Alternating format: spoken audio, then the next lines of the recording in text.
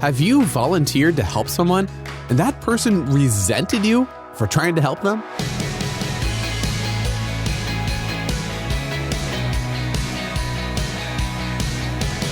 Hey, I'm Dylan, and you're listening to Unlocked, your daily key to unlocking God's Word in your life.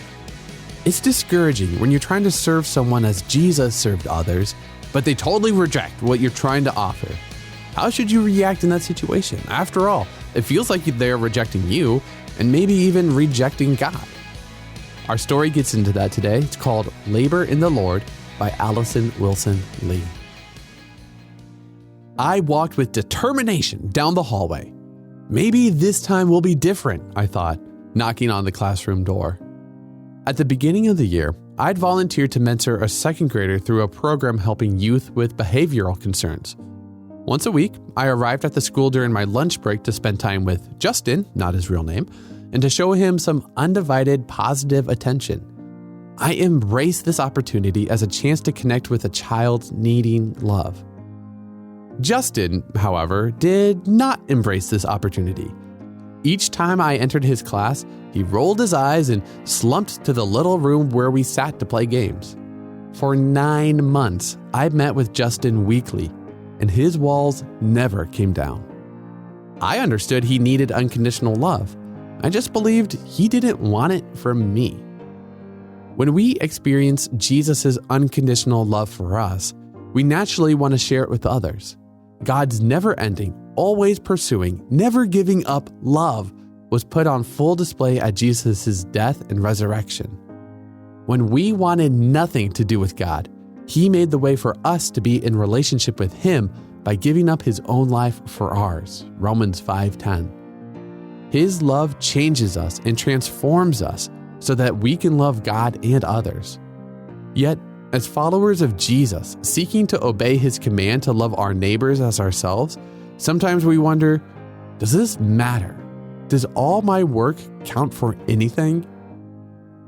Not only does Jesus invite us to step out in faith and trust Him with the results, He also gives us encouragement when our faith feels weak. Jesus invites us to bring our weariness and burdens to Him, our great burden bearer. You can read about that in Psalm 68:19.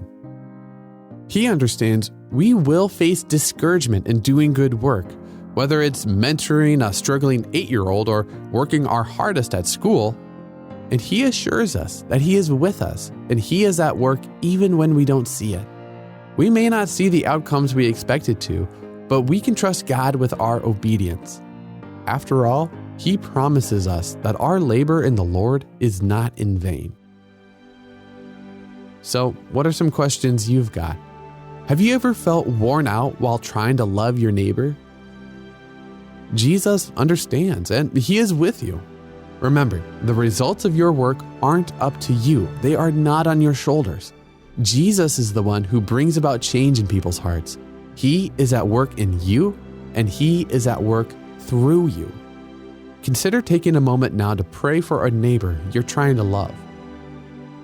Some days, we're like the author of this story, giving love and help. Other days, we're like Justin, the one receiving the love and help. We're all in need of love, and we're all in need of help, even when we don't want it. So, God gave us community in His family, the church. Through the church, we can give and receive God's love, uplifting each other and being uplifted. What are some ways you've seen this play out in your life? If nothing comes to mind, you can ask God to help you notice ways He is inviting you to give and receive love and help as you live life alongside fellow Christians. Now, as you and I can read in 1 Corinthians 15:58, "Therefore, my dear brothers and sisters, stand firm. Let nothing move you. Always give yourselves fully to the work of the Lord, because you know that your labor in the Lord is not in vain." And learn more about why we serve others in Matthew 11:25-30, Mark 12:29-31, and Galatians 6:9 to keep God's Word alive in your life. Unlocked is a resource from Keys for Kids Ministries. What did you think of today's story? You can always tell us what you think or ask questions. when you go to unlocked.org and tap Contact in the menu. And come back for tomorrow's devotion with Natalie, asking why God doesn't seem to do anything about evil in the world. But until then, I'm Dylan, encouraging you to live life unlocked, opening the door to God in your life.